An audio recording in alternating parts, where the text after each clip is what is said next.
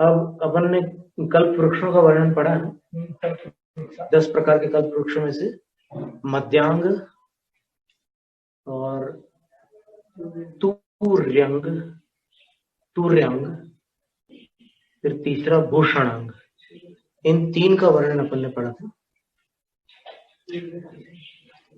वो इंद्रियों के लिए मादक पेय पदार्थ होने से उनको मद्य कहा है, वो शराब नहीं है। कैसे होते हैं वो पदार्थ? तो बोले अत्यंत सरस होते हैं, अति सुगंधित होते हैं, और दिठम चिय जम जणई अहिलासम, और देखते ही साथ पीने की अभिलाषा उत्पन्न कर देते हैं वो पदार्थ। और इंद्रिय बल पुट्टिया, इंद्रिय बल की पुष्टि करने वाले होते हैं। ऐसे पाणय मज्जंगा दिनती, ऐसे पानक यानी पेय पदार्थों को मध्यांग कल्प वृक्ष प्रदान करते हैं। फिर तूर्यांग पादप अर्थात कल्प वृक्ष क्या प्रदान करते हैं? बोले वज्रम दिनती, वाद्य प्रदान करते हैं, बाजे। कौन से बाजे? तो 4 प्रकार के बाजे बता रहे, तत्, वितत, घन और सुषिर। पूर्व सत्र में अपन ने इन 4 का अर्थ समझा था।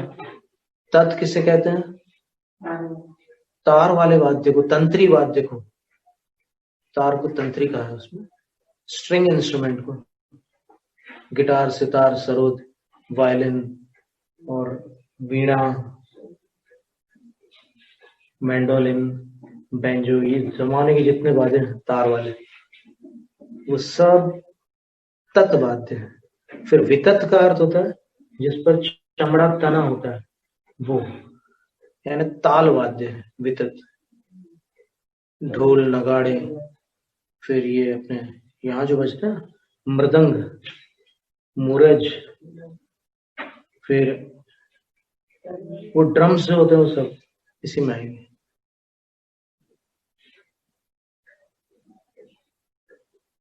पखावज हो गए, तबला, ढक्का, वो सब। फिर घन में सॉलिड जो धातु की चीजें रहती है जिनको ऐसे आपस में टक्करा करके अपन बजाते हैं, जैसे झांझ, मंजीरा वगैरह।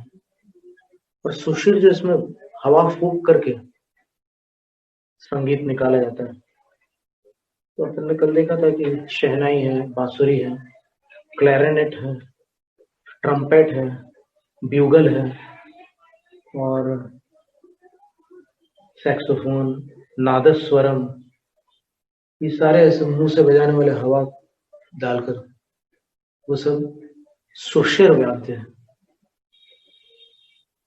अभी एक ऐसा बाजा मेलोडिका नाम का एक बाजा है ना, जो मुंह से फूकते हैं और फिर हाथ से ऐसे, उसमें कीज होती है हारमोनियम जैसी, बजाते हाथ से हैं और फूकते मुंह से। ये सब सुशिर नाम के वाद्य है। तो ये सारे बाजे जो हैं जिनको जो चाहिए वहां पर, वो तूर्यांग नामक कल्प वृक्ष से प्राप्त कर सकते हैं। फिर उत्तम मुकुट, कुंडल आदि जो आभरण होते हैं, आभरण का अर्थ क्या होता है? आभूषण। उनको कौन देते हैं?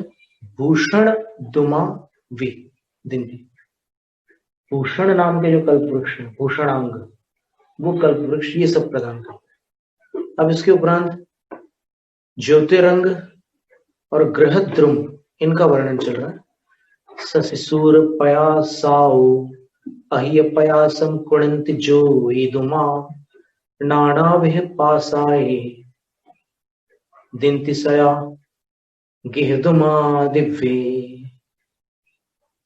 शशि सूर्य प्रकाशात अधिक प्रकाशम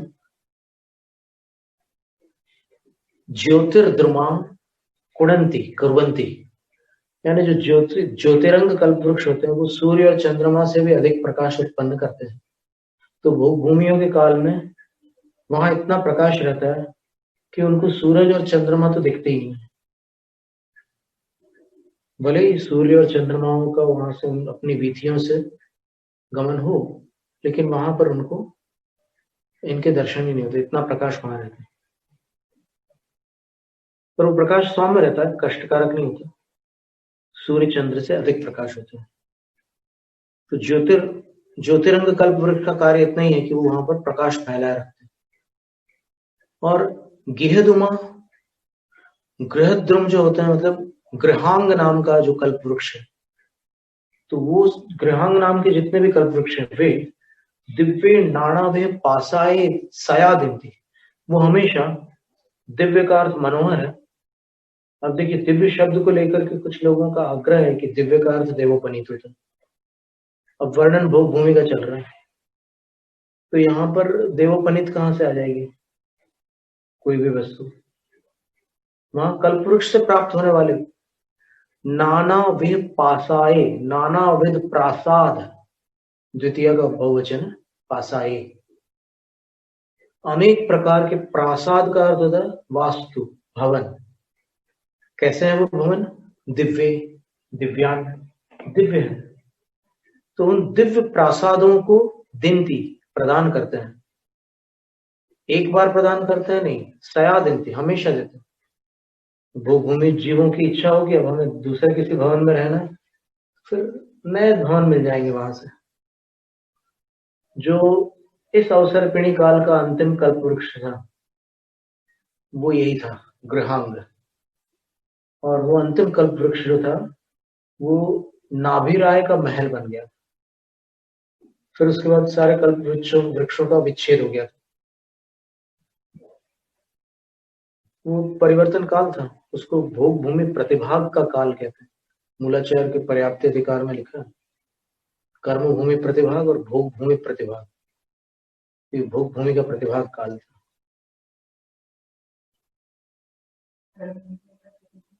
कर्म भूमि प्रतिभाग तो उधर स्वयंभ्रमण द्वीप समुद्र, वो भी उसके उस अर्ध में आधे में।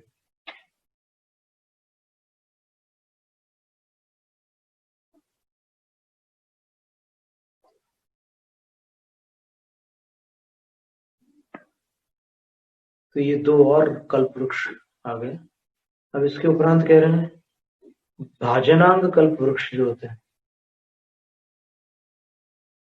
और दीपांग, इनका क्या कार्य होता है तो बता रहे, कच्चोल कलश थाला याई भायण दुमापय छंती उज्जोयम दीव दुमा कुणंति गेह समय जम्मी। कच्चोल का अर्थ होता है कच्चोल, कटोरा। प्राकृत भाषा में कच्चोल का अर्थ कटोरा है।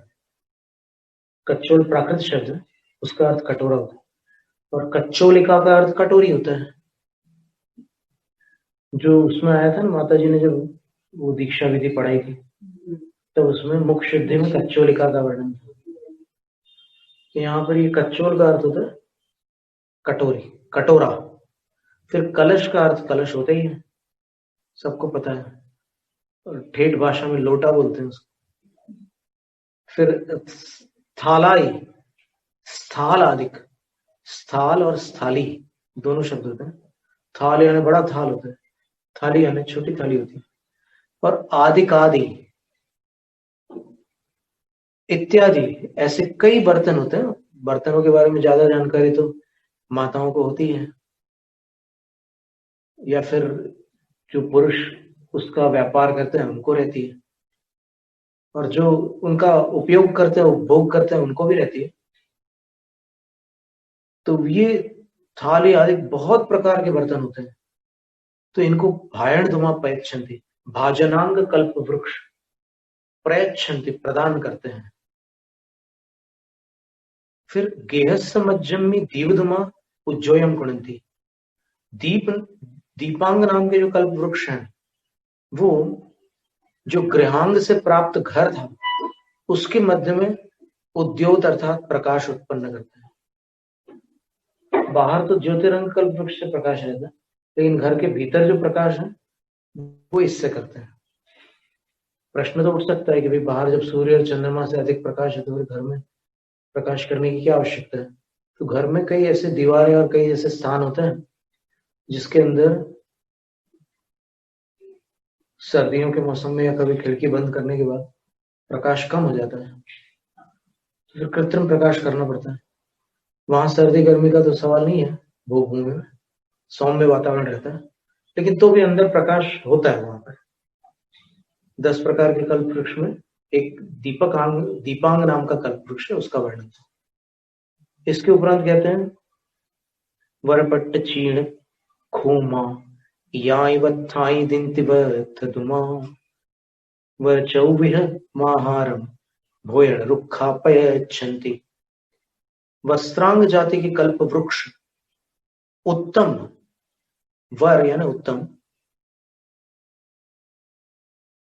पट्ट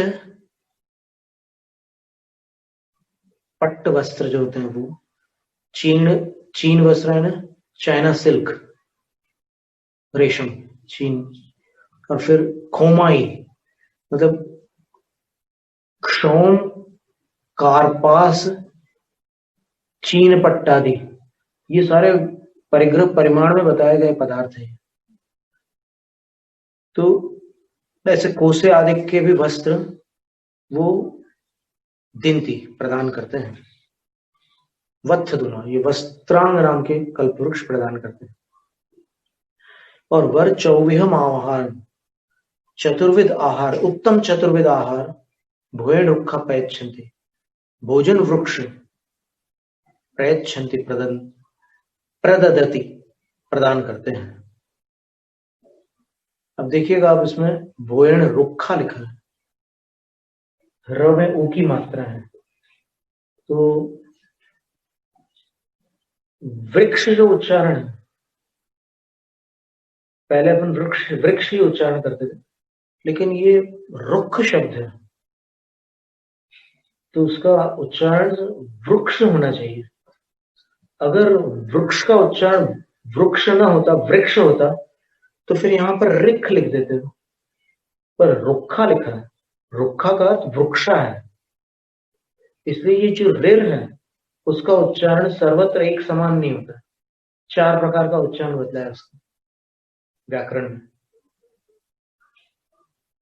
प्राकृत में रित उत, रित इत, रित अत और रित ओत, ऐसे 4 रूप बन जाते हैं उसके।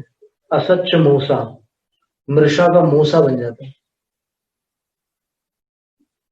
और पाणि व मुसावादम, मृषावाद मृषा भी बन जाता है, पर मृषा नहीं है, वहां मिसा नहीं बनता, तो उसका उच्चारण भी मुसा होगा। लेकिन किद कार्यदान मोदी, तो वहां पर कृत का किद बना है, तो इसका कृत उच्चारण नहीं होगा, कृत उच्चारण होगा अथवा कृत होगा। कद कार्यदान मोदी, कद भी मिल जाएगा आपको, लेकिन फिर वहां सिद्धों में किद किच्चा, 8 गुणा किद किच्चा, वहां पर कृत कृत्या में किद किच्चा लिखा है, पर कुद किच्चा नहीं लिखा, कृत कृत्या नहीं लिखा है, तो कृत उच्चारण नहीं करना चाहिए। किद और कर, कृत और कृत, कृत कृत्य बोल सकते हैं आप, कृत कृत्य नहीं बोल सकते। ये बहुत बारीक बात है, ये सामान्यतः सुगम नहीं है ये विषय, पर इसका अभी हम कुछ वर्षों से अभ्यास कर रहे हैं, चल रहा है थोड़ा थोड़ा, इसलिए हम वृक्ष बोलते हैं। कई लोगों को लगता होगा कि महाराज वृक्ष क्यों बोलने लग गए, पहले तो सही बोलते थे। तो ये उसका कारण था, सही बोलते थे कि नहीं आप सोच लेना। तो उत्तम चतुर्विध आहार को भोजन वृक्ष पयच्छन्ति प्रदान करते हैं, रुक्खा शब्द लिखा है। तो 4 प्रकार के उच्चारण हो सकते हैं रेर के, इतना बस अपने को ध्यान रखना है। मयंक शब्द बनता है, सुना होगा ना आपने मयंक, तो मृगांक से बना है। अपन मृग बोल रहे हैं अभ्यासवश, लेकिन वो मृगांक होगा, क्योंकि मियंक नहीं है वहां पर, मयंक है। और अमृत और अमृत ये दोनों उच्चारण हो सकते हैं, अमृत नहीं हो सकता,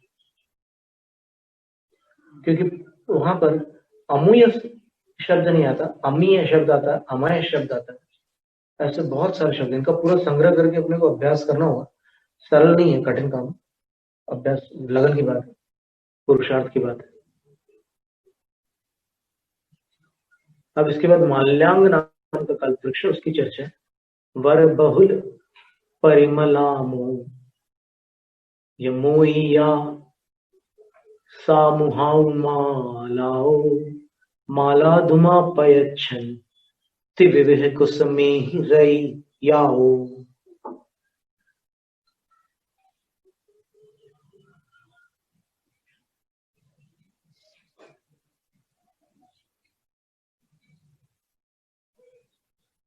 परिमल के आमोद से मोदित किया है आशा के मुखों को जिन्होंने। वर बहुल परिमल, उत्तम और बहुत प्रकार की सुगंधियों की सुगंध से हर्षित किया है दिशाओं के मुखों को जिन्होंने। ऐसी मालाओं को माला दुमा पयच्छन्ति, माल्यार्ग कल्प वृक्ष प्रदान करते हैं। तो माला भी भोग है ना, और इन भोगों का परिमाण व्रतियों के लिए बताया गया है। तो ये माला अभोग्य नहीं है, इतना ध्यान में रखना।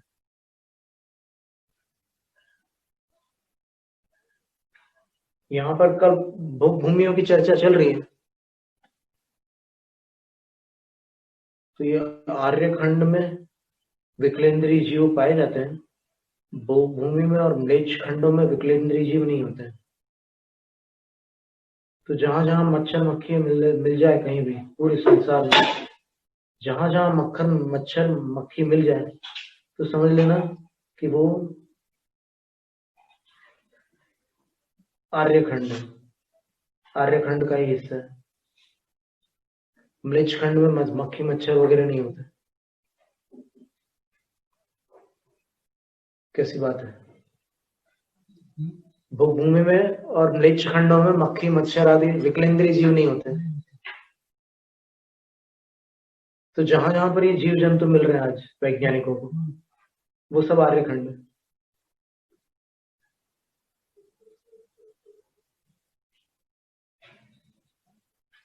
ऊपर भी मानव है बोलते हैं, मंगल पे क्या बोलते हैं, वो तो सब ठीक है, वो एक अलग विषय है। तो और कैसे रचित वो मालाएं कैसी बनी होती है? तो बोल रहे हैं कि विविध कुसुमे ही रही आओ, विविध कुसुमों के द्वारा रचित होती है। केवल एक मोगरा की माला, बेला की माला नहीं, उसमें बेला, चमेली, सेवंती, और फिर ये और कौन सा कांचनार फूल, केवड़ा बहुत बड़ा फूल होता है। अभी कहीं पर बताते हैं कि एक स्थान पर है वो, कहीं बहुत दुर्लभ है केवड़े का फूल। केवड़े का इतने बड़े बड़े होते हैं ना? हाँ, बड़ा भी होता है, बहुत बड़ा भी होता है, बहुत बड़े होते हैं। इतना बड़ा होता है। हमें निकाले उसमें जब सांप पकड़ता हूँ, आप रहता ही है। और बहुत तेज उसकी खुशबू होती है। नदी है नहाने को छोटी नदी, उसमें नहाने रोज गर्मी में।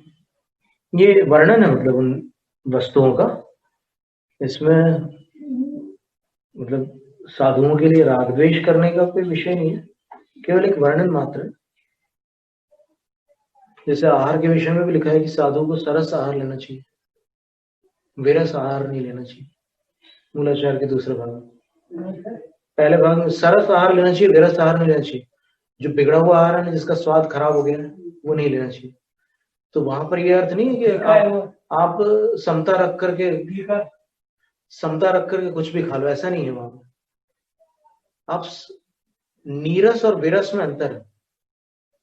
नीरस आहार भी सरस हो सकता है, लेकिन वो जो षटरस वाला आहार है वो अलग प्रकार का है।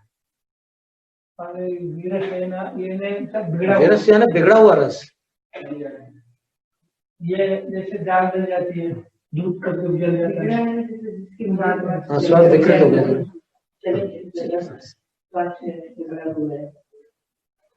तो इस तरह ये माल्यांग कल्प वृक्षों का वर्णन हुआ, और यहाँ 10 प्रकार के कल्प वृक्षों का वर्णन पूर्ण होता है। अब इसके आगामी सत्र में आगे का वर्णन पढ़ेंगे।